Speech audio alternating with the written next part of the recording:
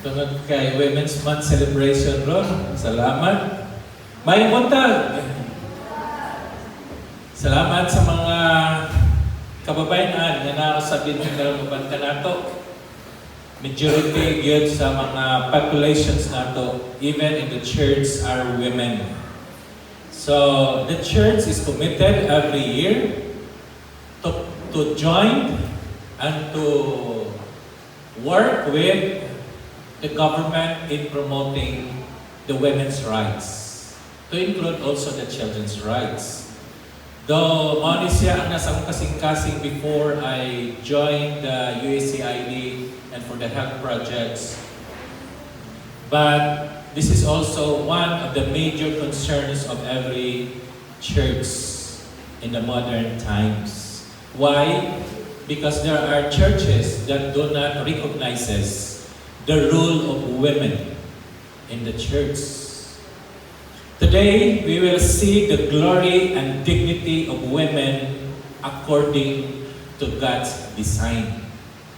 Unsa ba ang disenyo sa Ginoo sa sinugdanan sa pagtukod o pagbuhat sa kalibutan kauban sa usa ka lalaki?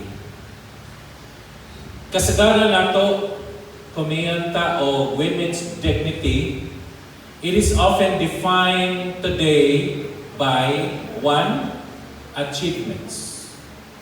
You will be recognized as a good woman if you have a good achievements.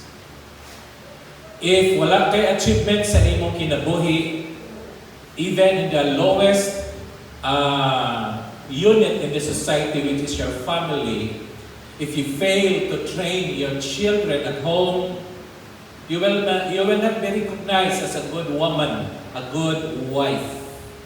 Manang kasagaran sa mga babae, mayingon nga, I failed as a mother. I failed as a wife. Ingon anak sa atong kalibutan, they define the dignity and worth, the value of women according to your achievements. Number two, the world also recognizes women when you are socially recognized. Manang kasagaran ng mga babae nga to sa taas na posisyon, ma-recognize sila because of their social status. Pero kung nara ka sa ubos, murag okay lang na ka, okay lang wala. And even our culture and traditions, adunay mga expectations. For example, sa stereotyping. Ikaw kay lalaki man ka, dapat maskwela gyud ka kay ikaw ra may mangita og kwarta para sa pamilya. E ikaw kay babae man ka, ayaw lang sa kay eskwela, unahon sa atong mga lalaki eskwela, importante sila.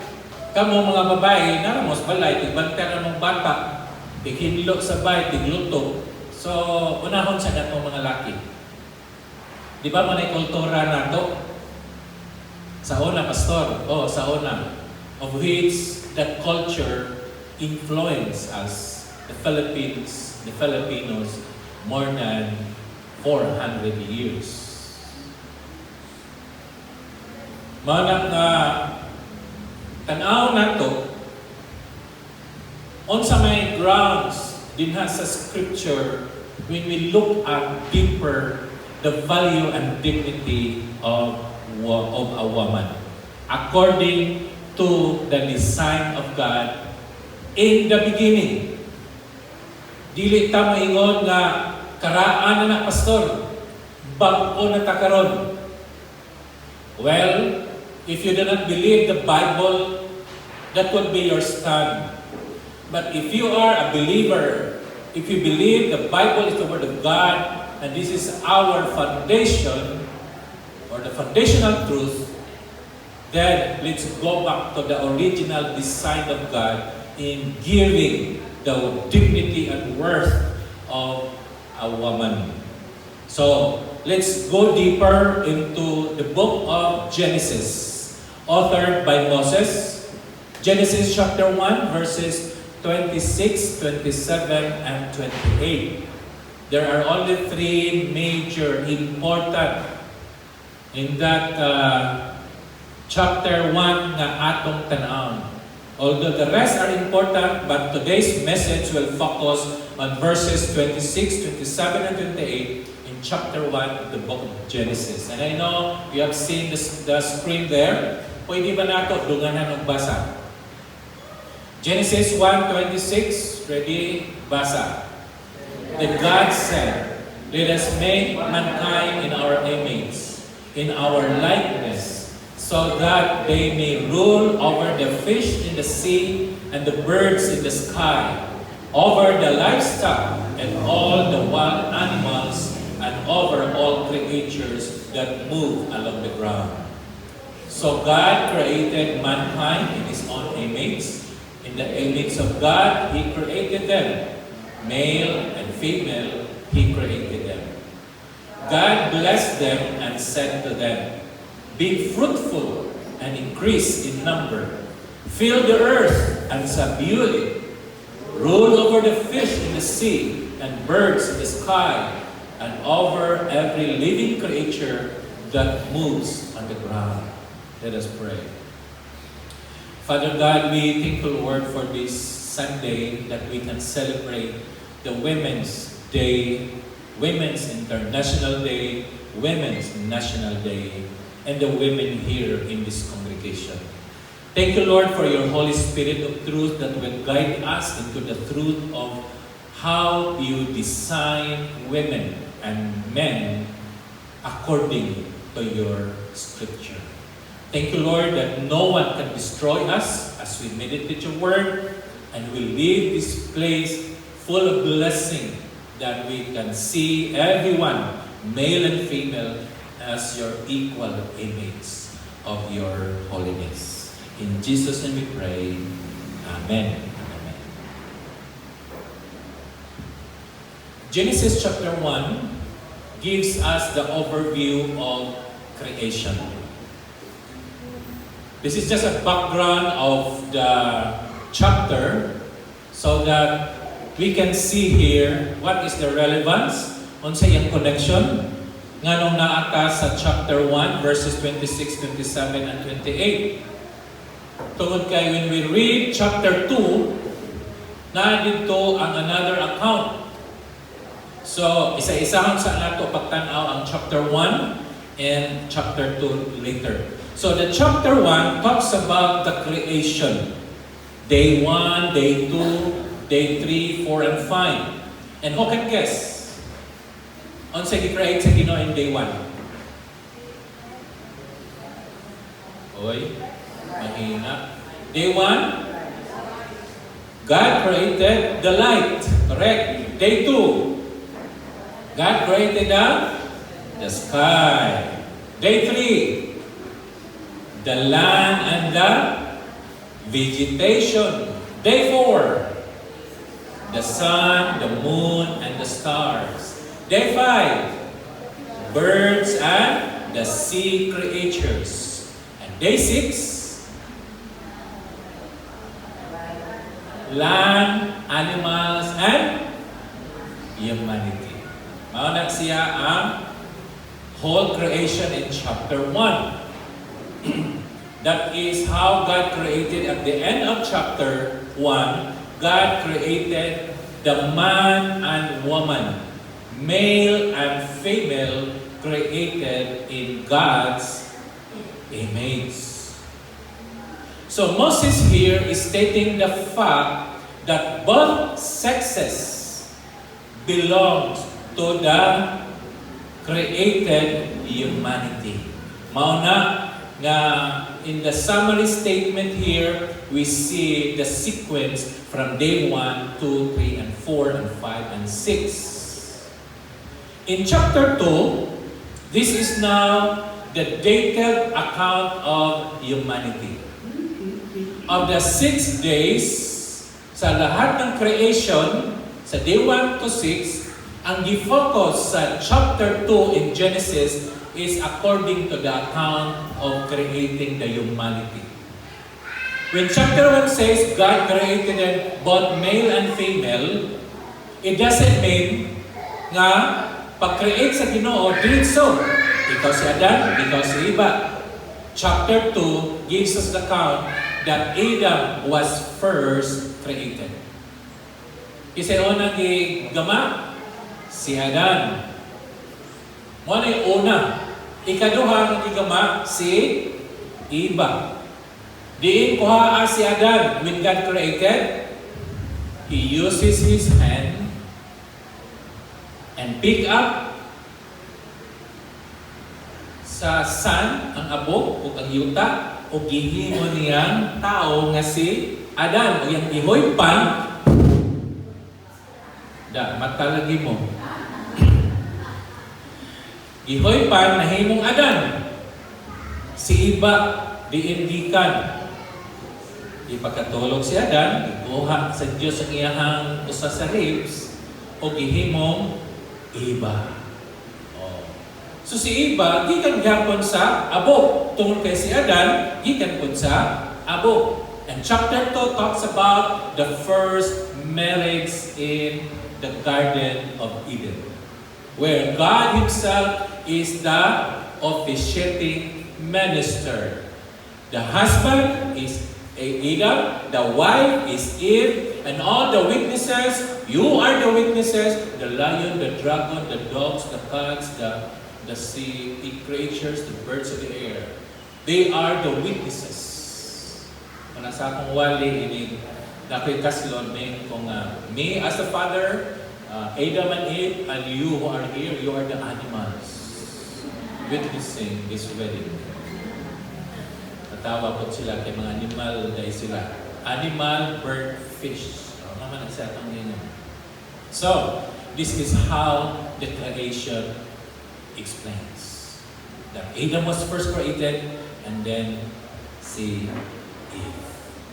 In this chapter 1 to 20, verses 26, 27, and 28, it reveals three truths about the dignity and the glory of women. Isa-isahon nato pagtanaw. Tuluran ni atong isgutan karon.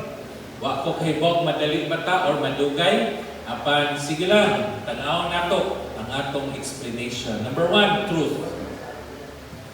Dignity of women comes from being created in the image of God.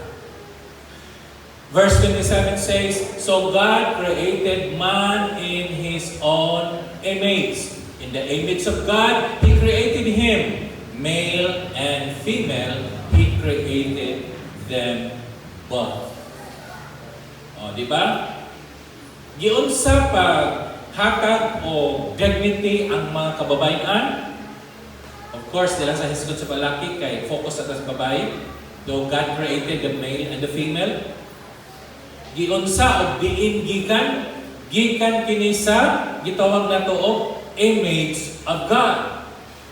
So kung ikaw babae karon, unya naa kay Hesus sa imong kasing-kasing, if you accepted Christ as your Lord and Savior, naana ka unya miin ka I am in Christ.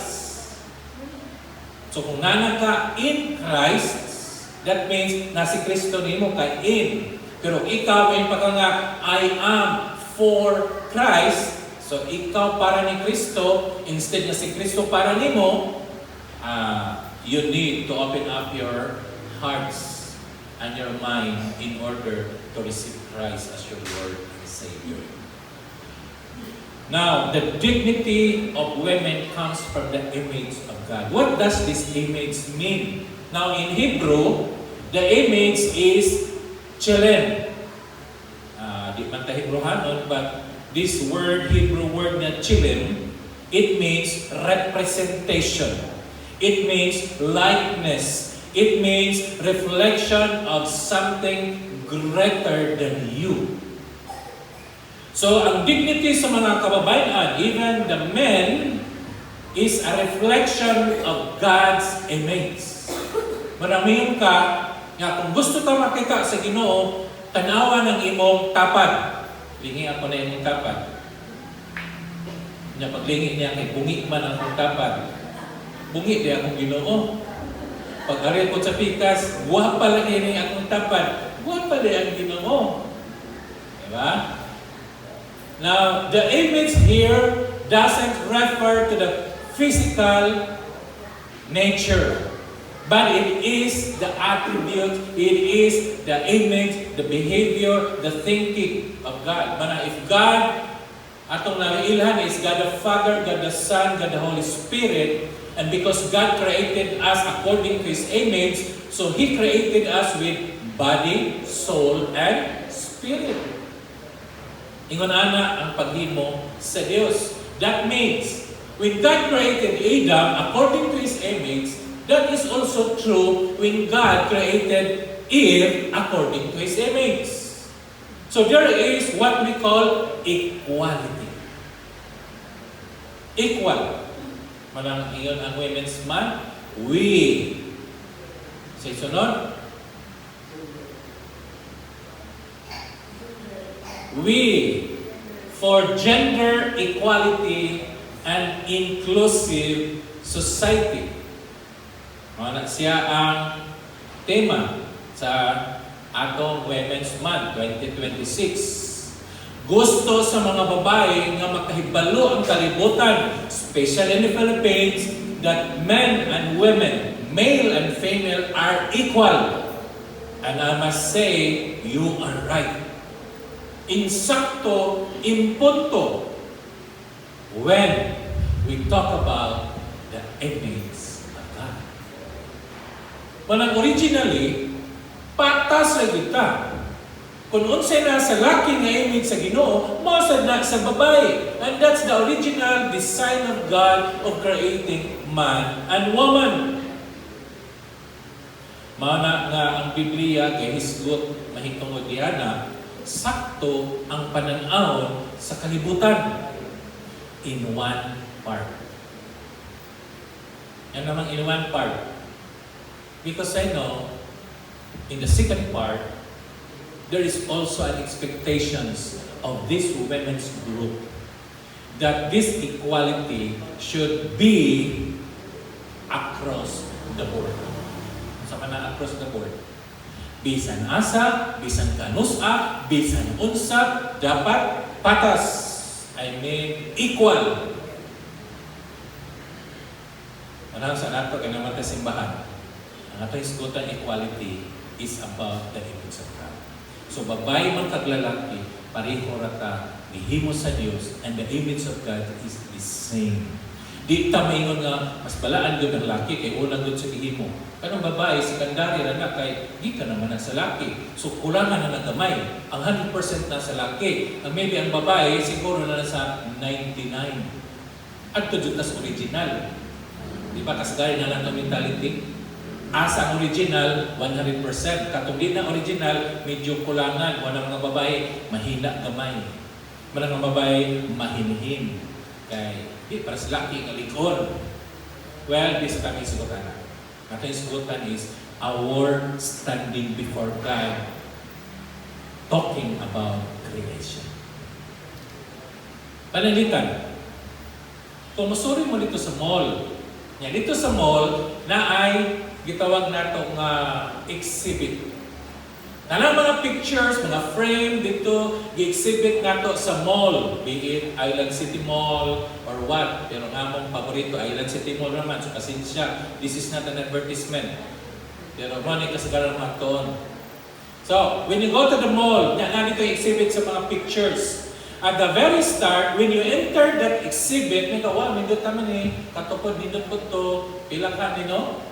Pag abot pa nimo sa usa dito, pila man Akin ni ma'am, paano 1,000. Ay, barato na ito na, dito tungkod. Kari isa, dito tungkod. Akin ni ma'am, 100,000. Kari 1,000, kato 100,000. Murag po pareho man sila. What's the difference? When you go deeper and look at this side, at the right side, na ditong signature, di ba? Na ito yung pangalan sa nag-draw. Akin si Bong Pustanis naman 1,000 na. Pero kari usa na pupariha, halos pupariha na 100,000. Ano 100,000 man kasi signature? Si Leonardo da Vinci. Who is Leonardo da Vinci? Oh no, si Leonardo da Vinci. Kabalota ho is he? A famous international painter. Siya ang nag-paint ng Holy Communion. Holy Communion na. Ha? Lord's Supper. Sikat kayo, the Lord's Supper. Katoliko, di Katoliko, naaanan the Lord's Supper. Butang na to dito sa atong kananan. Kunin mo ng paliton, o gipreto na tarpaulin, 500 na katarpaulin naman. Di ba? Pero kung iyang kamot mo gigamit sa pag-draw, dili nga to. O niya, dili lang usa ka adlaw. Kung dili, usa ka buwan, duha ka buwan niyang draw. Mari ibalik 1,000. So this means the price, the worth of the picture depends on the one painting it. Who paints the women? Who paints the men? Who gives us the image? Who gives us the glory and dignity? Is it the society? Is it your successes? Is it your achievements? Kay ikaw ni presidente? Who? When you learn and know that it is God that says you are dignified, my glory is in you, you are more worth than 100,000 picture. Amen? Nga gani may nga ni mong wakay buot. Nga gani may nga ni mga wakay hinundang bayhana ka. Tingnan, ayaw inana ha, kaya ang Ginoo gagama nako. Ang Ginoo gahatag nako og kaalam. Ang Ginoo gahatag nako og feelings sa may gugma ko niya, karon ingnon lang ko ni mo kay buot. Pwede. Refer to the Creator, the Painter, which is our God. Nga dili masiasi mga babae laki. Pero kung wala kay Ginoo, you will not value yourself.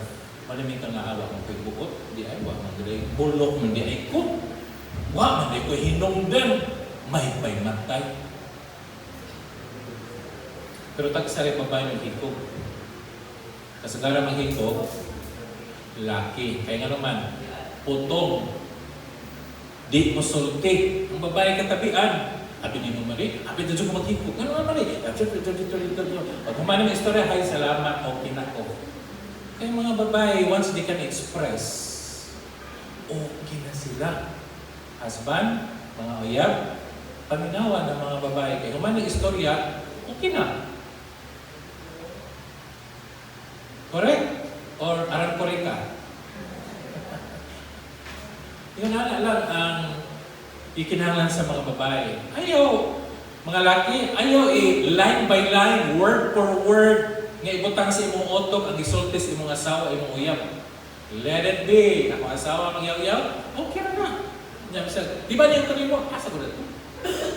Pagpasawag ko, di ko lumina niya, kinayaw-yaw. So I learned that basta magyaw-yaw na, okay lang, yaw-yaw na. Niya, paminawa. Kaya kung di pa na yung paminawa, suko ko na.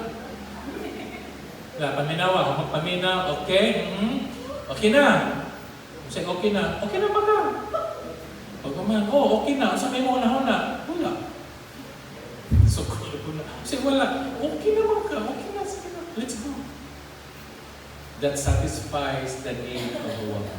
Manang babae, una-una, you're created by God. You are more than the gold. You're more than 100,000.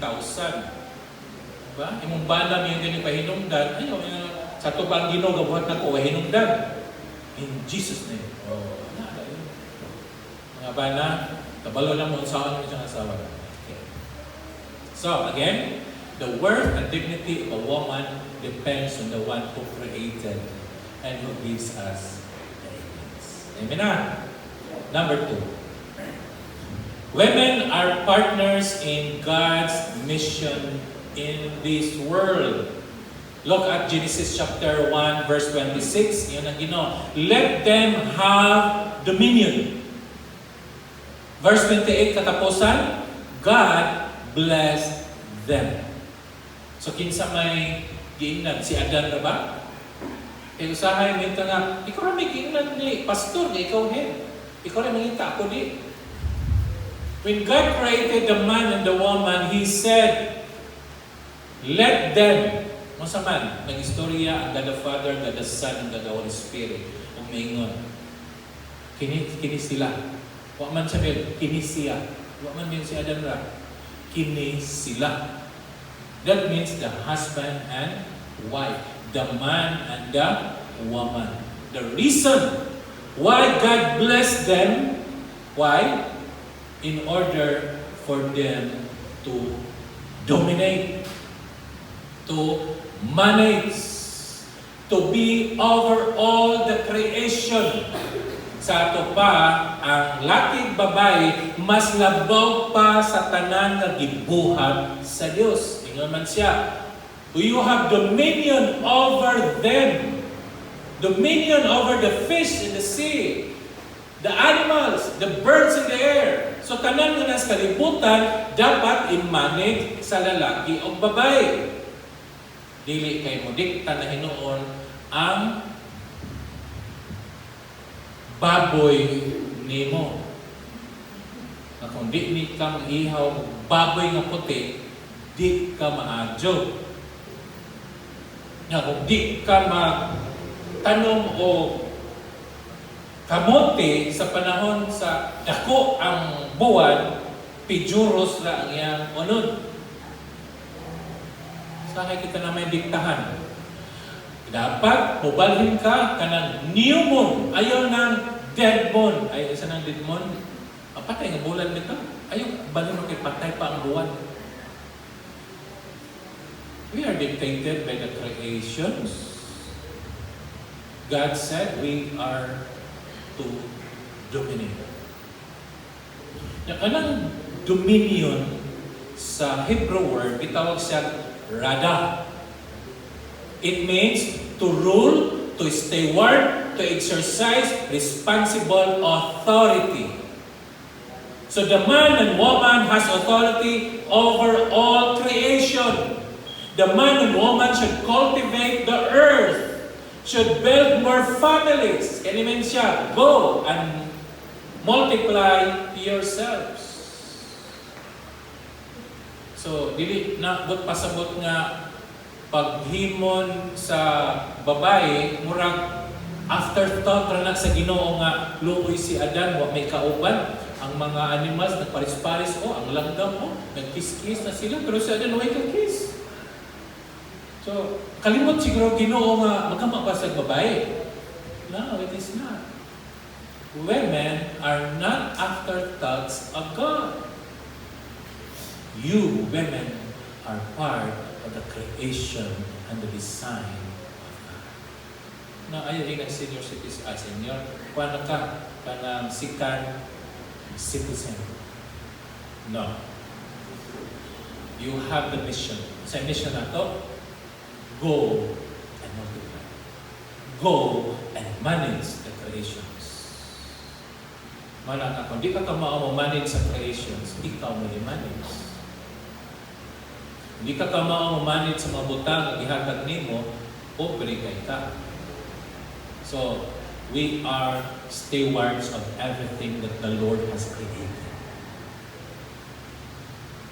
Manong pastor, ilang kay nalagi sila, dato sila kami pobre. Why? Because you do not know how to manage money. You are a one-day millionaire. Nakay kwarta, karoon na nataman, ugma, dyan mo na. Ano man, ikakamao. Barkada din barkada dito. Pagkaon din pagkaon dito. Pag-uman, dyan mo na. Pero katong mga wise, oy, inatag ni si Ginoo, di gini-usik-usikan. Kung mga onta, BYOP. Kung manglakaw ka, gasolina, di, contribution. O niyang hapon na ba, manglakaw women. Tingnan na ba si Alma, dag 100 para sa gasolina. Di ba, pinas-drive na po niya, kung mangulikta. Anya, mga onta dito sa Ikigay o Ikigay sa Korea, mga on mo, kaya di man ito ka-appeal. Kaya na ito'y online nga pre-oral sa mga BSM students. Ay, nako, pagdala ko ng mga 200, kikipi. Okay. Yung na dato ani na nga, don't worry, akong pitaka.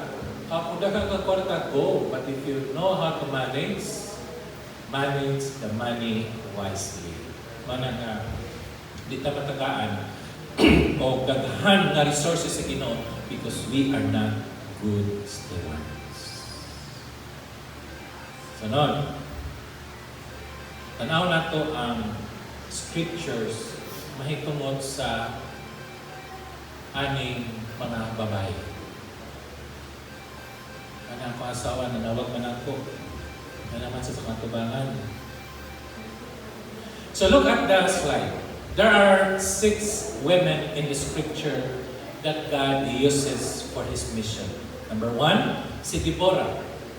Deborah, usa ka babae, usa sa mga judges sa panahon sa Israel.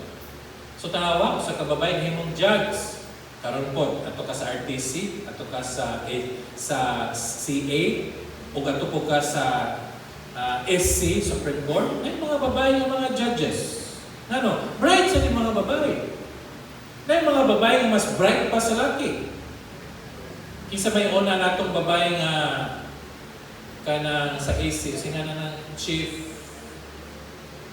Sina sa babae ng chief? Sa Supreme Court? Chief Justice. Naghulog naman ko. Kinsay unang babae ng himong Chief Justice? Bisaya. Christian pag yun. Kanya i-impeach, ni-resign na lang, karong dili sa ma-impeach. Search. GPT, kinsa ganito yung unang photo, etc. Number 2, si Ruth. Si Ruth was part of the lineage of Christ. Kung wala si Ruth, dili mo gawas si Kristo. Apan tungod kay si Kristo, apil na sa disenyo, di yun mamatay si Ruth. Bisag mawalan siya o bana. Mabuhi yapon siya. Si Esther, Queen Esther, sa kagwapang babae, nahimong nga usa sa mistress sa hari. Gigamit siya sa Ginoo kay pamatyon man ni Mordecai ang mga tao. Si Aman. Si Mordecai dito iyang nephew. Nephew ba ito ni Ruth? Sa man siya. So, patyon ng mga Israelita. Gigamit si Queen Esther. Na may istorya nito sa hari. Si Mary. Kung wala si Mary, dili magawa si Jesus. Pero naagib si Mary kay part man sa plano sa Ginoo. Si Lydia, sa panahon ni Pablo. Si Priscilla, nagtabang ni Pablo sa ministry. So daghang mga babae gigamit sa Biblia in the Old and the New Testament para ma-pursue ang mission na gihatag sa Dios. So ang missionary work is not only for the man, it also for the woman. Pero na may mga churches na may nga, di pwede babae pastora, di pwede babae missionary. Ilaha po na sa ilahang simbahan. Pero arita sa Biblia, kung tanawin mo, daghang babae gigamit sa Dios aron mo contribute to the fulfillment of the Great Commission. Now, number 3, katapusan. The full restoration of the human dignity comes through Christ. Kung tanawin mo ang Genesis chapter 3, Malamantas chapter 1, chapter 2, the details of the human creation. Pag abot sa chapter 3, dito nagsugod ang sala. Ingon ang Diyos niya na nag-iba, perfect na ni. Kaon mo bisan unsa. Pero ayaw kaon na ng bunga sa kahoy nga nasnunga sa garden. Mauragib na. Pero sa may gihimo, sa may nangingon sa history, nakasala sila. Manang isulod ang sala sa kalibutan. The original design of God nga ang babae laki magpuyo nga balaan to rule over the creation na damage. Tanawa ang harmony between the man and the woman na damage. Mag-away na ang bana o asawa. Nag-away ba si Adan o si Eva sa una? Wala. Nga naman, perfect man sila. Nakakita ba si Adan o ano siya nabuak ni Eva? Wala. Nakakita ba si Eva o siya nagbitay kang Adan? Wala. Nakakita, good, pero wala yung mali siya. Nga naman, na ang pagkabalaan. But because of sin, nasulod sa kalibutan, tungod ni Adan o ni Eva, naunsa ang relasyon. Mananiya ng Ginoo, you will surely die. If you eat that fruit of the tree in the middle of the garden, you will surely patay yun. Pero namatay ba si Adam o sa iba? This is a good evangelism. You start in the creation. Di ba niyong Ginoo? Ayaw kakaon, pero nikaon ba sa iba? Tubag? Yes. Namatay ba sa iba? Wala. Bagkakon ang imong Ginoo. Start with that in evangelism. Ha? Bagkakon ang Ginoo? Oh, di ba niyong Ginoo nga, when you eat that fruit, you will surely die. Pero nga naman sa namatay? Ay nabakak ang Ginoo? Wala. Kanawa? Namatay ba ilang lawas? Wala. O suwa namatay ang lawas. Kung makasala ang tao, dili mamatay ang lawas. Number 2. Namatay ba niyang kalag? Di na ba sa kauna-una? Di na ba sa mabati? Ha? Wala sad. Gano man, pakakita nila, mamagkam na, uy, unsa man na? Uy, unsa man ni? O, kakita sila, ibaw sila. Pero asa ang presensya sa Ginoo? Ang ilabang spirit sa tao, nakakonect ba sa spirit sa Diyos? When God said, get away! Apart from me! You who are sinners. Ipalayas. And the presence of God, nawala. So your spirit now cannot connect to God. Your spirit is dead. Nawala because of sin. Mana gamay lang bikin, away na ang asawa o bana. Why? Because of sin. Kung ang bana magtagog sala, kung ang asawa magtago og sala, una magkonfrontasyon, isig depensa sa ilang pagalingon, peace will never emerge. But if we will humble ourselves, dahil kasala, dyan ko na, bitagong ako, bitagong kasala ako, what can happen? If both male and female agree that they have sinned against God, in peace be with you, that the world cannot give. The peace I leave you, that the world cannot give. That is the perfect peace of God. Isang kasasalang ta, isa may wasala natin.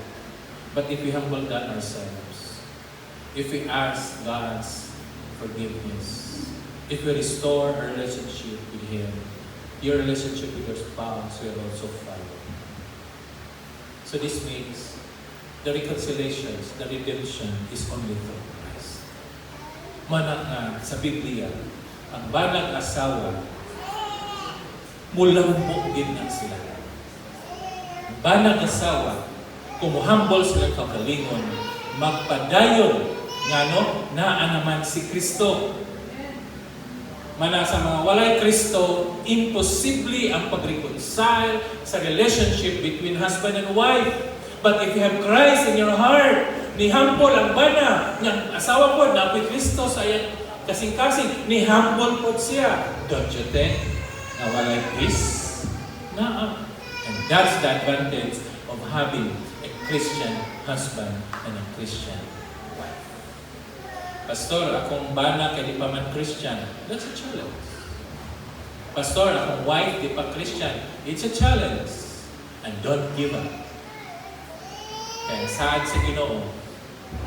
If you believe in the Lord Jesus Christ in the book of Acts, He said, you and your household shall be saved. Ay, kabalak ka. Imong asawa di pa Christian. Imong uyab di pa Christian. Imong tapad karon di pa Christian. Ay, kabala ka. Ano? Saan sa Diyos? Kung nasa nimo, He will see the glory of God in the man and in the woman. Manamin sila, lahi po ning laing relihiyon, no? Yes, lahi Diyon. Mamatay pa, lahi Diyon. Pastor, natawa sa kata, karon di mo kabantay sa oras.